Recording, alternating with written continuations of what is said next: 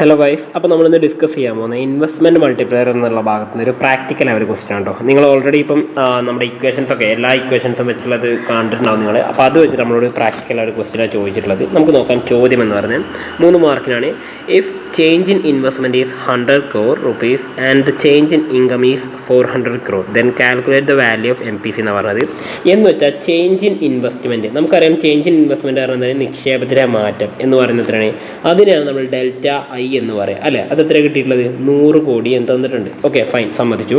Next change in income, ഇൻകത്തിൻ്റെ ചേഞ്ചിന് നമ്മൾ എന്താ പറയുക? ഡെൽറ്റ വൈ എന്നാണ് പറയുക. അത് എത്ര തന്നിട്ടുള്ളത്? 400 കോടി എന്ന് തന്നിട്ടുണ്ട്. അത് നമുക്ക് കിട്ടിയിട്ടുണ്ട്.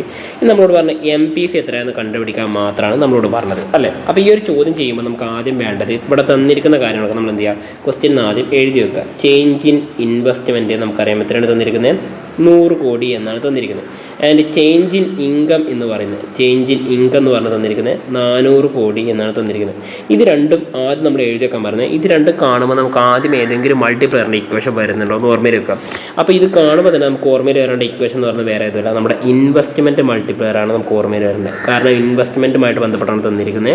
അപ്പോൾ ഇൻവെസ്റ്റ്മെൻറ്റ് മൾട്ടിപ്ലയറിൻ്റെ ഇക്വേഷനാണ് നമ്മുടെ മൈൻഡിലേക്ക് ആദ്യം വരേണ്ടത്. അപ്പോൾ ഞാനിവിടെ ഇൻവെസ്റ്റ്മെൻറ്റ് മൾട്ടിപ്ലയറിൻ്റെ ഇക്വേഷൻ എഴുതാൻ നോക്കിയോളൂ.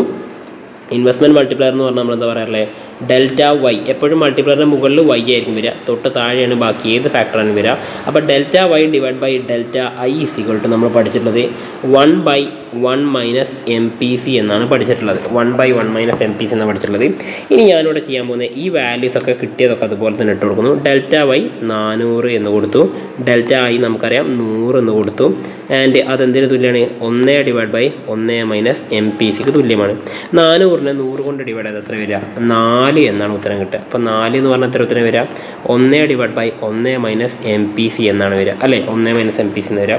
ഇനി ഞാനിവിടെ ചെയ്യാൻ പോകുന്ന കാര്യം, ഈ 4നെ താഴത്തേക്കും അതേപോലെ 1 - MPC ഞാൻ മുകളിലേക്കും കൊണ്ടുപോകണം. പരസ്പരം അങ്ങോട്ടോട്ടും മാറ്റാണ് ചെയ്യുന്നത് കേട്ടോ. ഇനി അങ്ങനെ മാറ്റി എഴുതുമ്പോൾ എന്താ നമ്മുടെ ഇക്വേഷൻ വരിക? 1 - MPC, അതായത് MPCയെ ഞാൻ എന്ത് ചെയ്തു? ആ ഭാഗത്തെ മുകളിലേക്ക് കൊണ്ടുപോയി. അപ്പോൾ ആഗ്രഹം നമ്മുടെ ഇക്വേഷൻ ഇങ്ങനെയായി മാറും, 1/4 എന്നായി മാറും. എന്താ കാരണം? ഈ പറഞ്ഞ 4 എന്ന് പറഞ്ഞ തൊട്ട് താഴത്തേക്കും വന്നു, അതേപോലെ 1 - MPC എന്നുള്ള എന്ത് ചെയ്തു? നേരെ മുകളിലേക്കും പോവുകയാണ് ചെയ്തത് അല്ലേ. ഈ ഒരു മാറ്റം ഞാനിവിടെ കൊണ്ടുവരിക മാത്രമാണ് അവിടെ ചെയ്തത്. അപ്പോൾ നമ്മുടെ ഇക്വേഷൻ എന്തായി മാറും? ഇനി നമ്മുടെ ഇക്വേഷനിൽ നിന്ന് മാറ്റം നമുക്കിവിടെ എന്ന് എഴുതിയേക്കാം. സംഗതിത്തിനുള്ളൂ 1 - MPC എന്ന് പറഞ്ഞാൽ എന്താ അതിൻ്റെ അർത്ഥം? 1/4 എന്നാണ്. 1/4 എന്ന് പറഞ്ഞാൽ നമുക്കറിയാം 0.25 തുല്യമാണ് അല്ലേ. അപ്പോൾ 1 - MPC എന്ന് പറഞ്ഞാൽ എത്രയാണെന്ന് കിട്ടി? 0.25 തുല്യമാണെന്ന് കിട്ടി. അപ്പോൾ MPC കണ്ടുപിടിക്കാൻ നമ്മൾ എന്ത് ചെയ്താൽ മതി? ഈ പറഞ്ഞ 1 പ്ലസ് നമ്മൾ ഈ പറഞ്ഞ 1 - MPC എന്നുള്ളതിന് പകരം നമ്മൾ എന്ത് ചെയ്താൽ മതി? 1 - 0.25 എന്ന് ചെയ്താൽ മതി. അപ്പോൾ നമ്മുടെ ഉത്തരം കിട്ടും. എത്ര കിട്ടുക? 0.75 എന്നാണ് കിട്ടുക. ഇനി ഇതല്ലെങ്കിൽ നിങ്ങൾക്ക് മറ്റൊരു മെത്തേഡിലും ഇത് കണ്ടുപിടിക്കാം. കാരണം നമ്മൾ പഠിച്ചിരിക്കുന്ന മറ്റൊരു കാര്യമുണ്ട്, MPS എന്ന് പറഞ്ഞാൽ നമ്മൾ പഠിച്ചിട്ടുണ്ട് എന്താണ്? 1 - MPCക്ക് തുല്യമാണ് അല്ലേ. അപ്പോൾ MPS ആണ് നമുക്കിവിടെ തന്നിട്ടുള്ള 0.25 എന്ന് നമുക്കറിയാം. അത് എത്രയാണ്? 1 - MPCക്ക് തുല്യമാണെന്ന് അറിയാം. നമുക്കറിയുന്ന കാര്യമാണ് MPSഉം അതേപോലെ MPCയും എപ്പോൾ കൂട്ടിക്കഴിഞ്ഞാൽ എത്ര നമുക്ക് കിട്ടിയ? MPCയും MPSഉം കൂട്ടിക്കഴിഞ്ഞാൽ എപ്പോഴും നമ്മുടെ ഉത്തരം 1 ആയിരിക്കും. ഈ ഒരു ലോജിക്ക് നമുക്ക് അറിയുമെങ്കിൽ നമുക്ക് എന്ത് ചെയ്യാൻ പറ്റും? ഈസി ആയിട്ട് ഇതിൻ്റെ ആൻസർ കണ്ടുപിടിക്കാം. അപ്പോൾ രണ്ടാമത്തെ മെത്തേഡിൽ ചെയ്യുകയാണെങ്കിൽ ഇങ്ങനെ വരിക. MPCയുടെ വാല്യൂ ആണ് നമുക്കിവിടെ കിട്ടിയത്. നമുക്കിവിടെ കിട്ടിയത് ഏതാണ്? MPS കിട്ടി 0.25 എന്ന് കിട്ടി. ഇനി നമ്മൾ എന്ത് ചെയ്യണം? MPC കണ്ടുപിടിക്കാൻ എന്താ മതി? 1 - MPS ചെയ്താൽ മതി. അതായത് 1 - 0.25 ചെയ്യുന്നു. നമ്മുടെ ഉത്തരം എത്ര കിട്ടും? 0.75 എന്ന് തന്നെ കിട്ടും. ഓക്കെ, അപ്പോൾ ഇത്തരമുള്ള പരിപാടി എന്ന് പറഞ്ഞാൽ നിങ്ങൾ ഇത്രയൊന്നും പോകണമെന്നില്ല. 2 മെത്തേഡ് ഞാൻ പറഞ്ഞുള്ളൂ.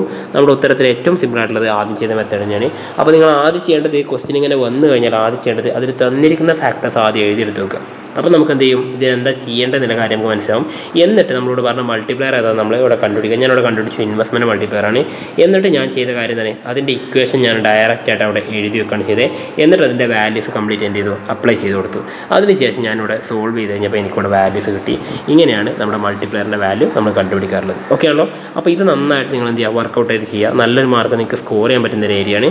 അത് മറന്നു പോകരുത്. കാരണം എന്ന് പറഞ്ഞാൽ ഏറ്റവും ഈസി ആയിട്ട് നമ്മളെ കൊണ്ട് ഏറ്റവും ഈസി ആയിട്ട് മാർക്ക് വാങ്ങാൻ പറ്റുന്നൊരു ഭാഗമാണിത്. ഇത് മിസ്സാക്കരുത്. അപ്പോൾ വീണ്ടും കാണാം. All the best.